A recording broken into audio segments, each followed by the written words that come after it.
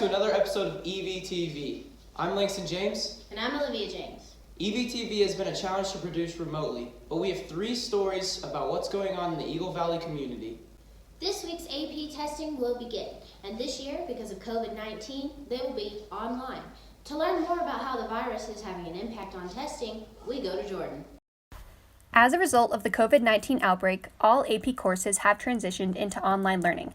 With an advanced placement class comes a large test at the end of the school year, one that decides whether or not a student will receive college credit for the course. Unfortunately, due to these unprecedented circumstances, all AP exams have been condensed and transferred online. This year, since we have gone on quarantine, College Board, the organization that does all of the testing, has decided that all the tests are going to be 45 minutes long in length. They're all going to be done at home on people's own devices. They can do them on Chromebooks, iPads, phones, things like that.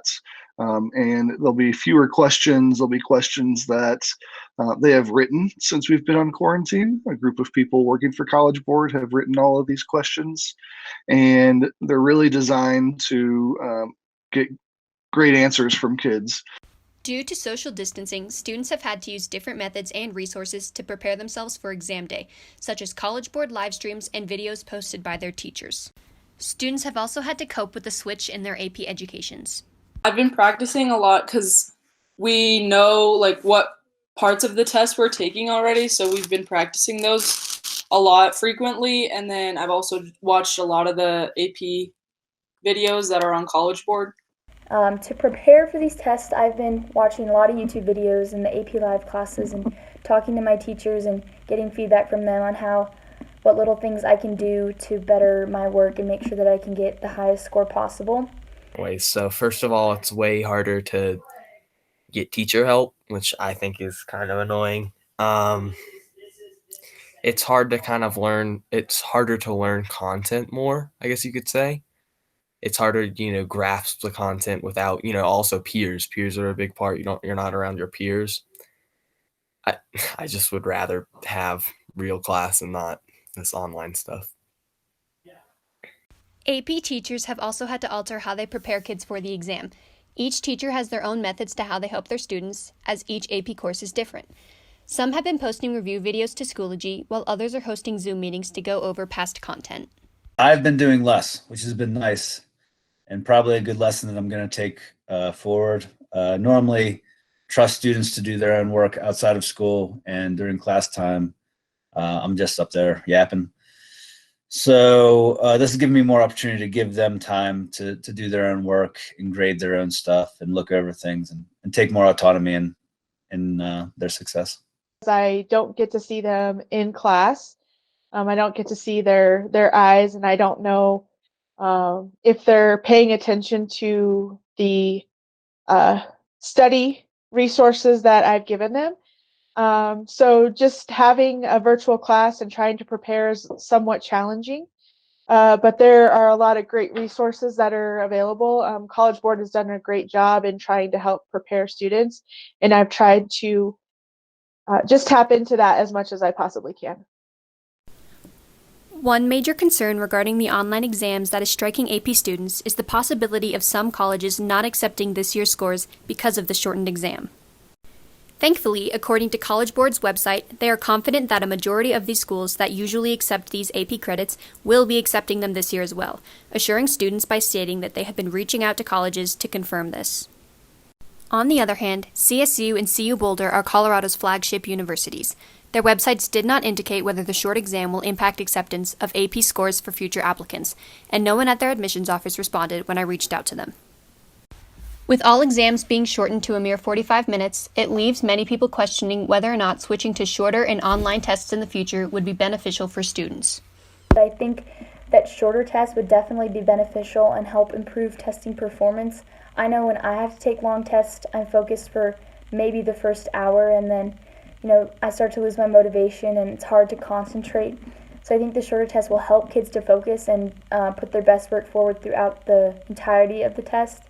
I agree that 3 hours is a little bit of a burnout, especially for a lot of students. I think 45 minutes is too short. but maybe, split the difference in, an hour and a half, quicker multiple choice that covers the important things and, quicker free responses. There's a lot of uncertainty about the future implications of the shortened AP exams this year, but there's also a great potential for this disruption to the status quo to result in improvements to advanced placement courses and assessments in the future. This has been Jordan Neifert. One upside of being home during quarantine is we get to spend more time with pets. On reporting on how spending time with pets improves our mental health, we go to Sam. During the quarantine, we've had a lot of time at home. For some of us, that has meant more time with our pets. Having a pet in your home can help with loneliness while lowering your stress levels and providing a feeling of safety.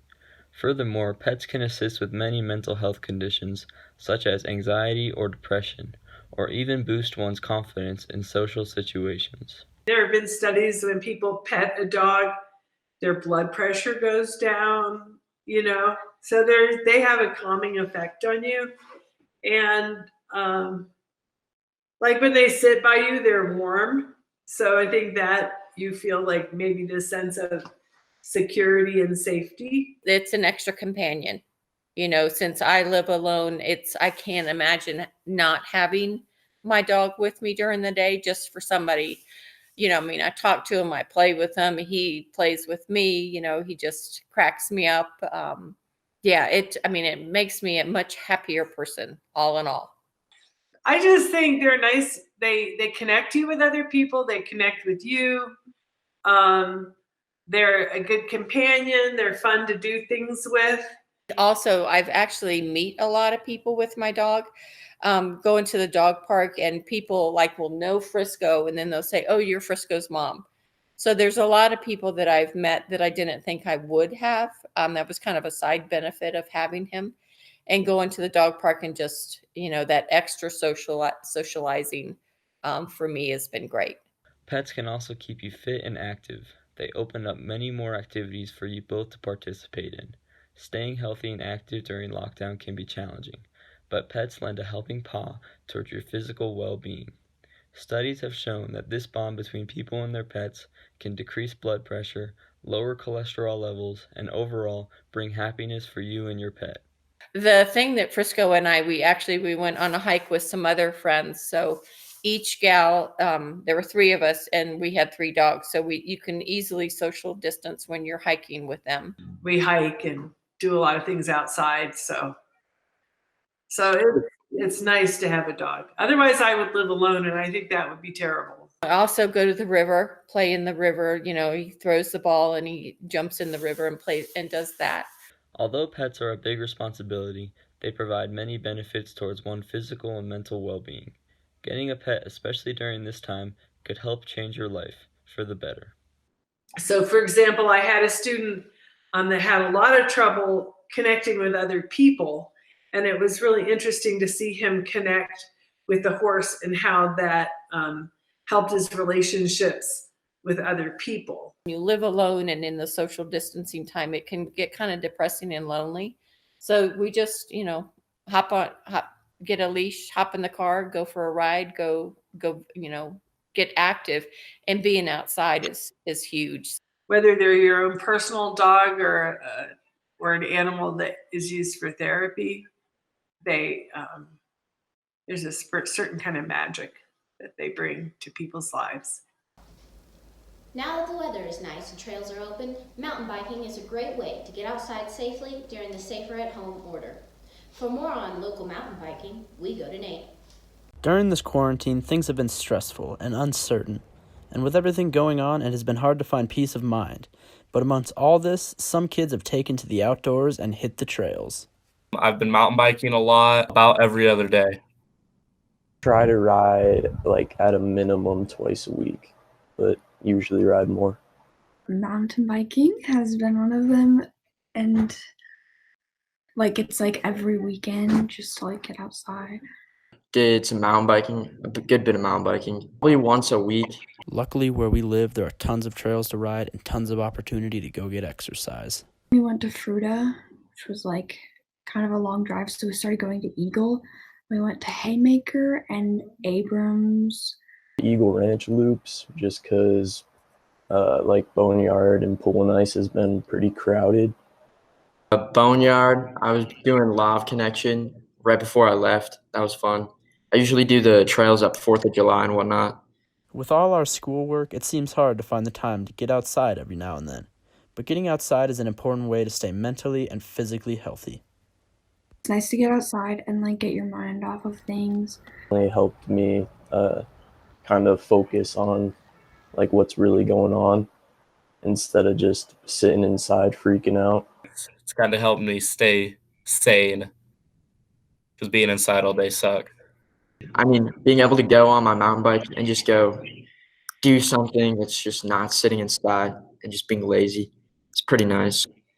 Getting my sweat on, having fun. With all the craziness going on in our world, we sometimes forget to take the time to ourselves and go enjoy the great outdoors.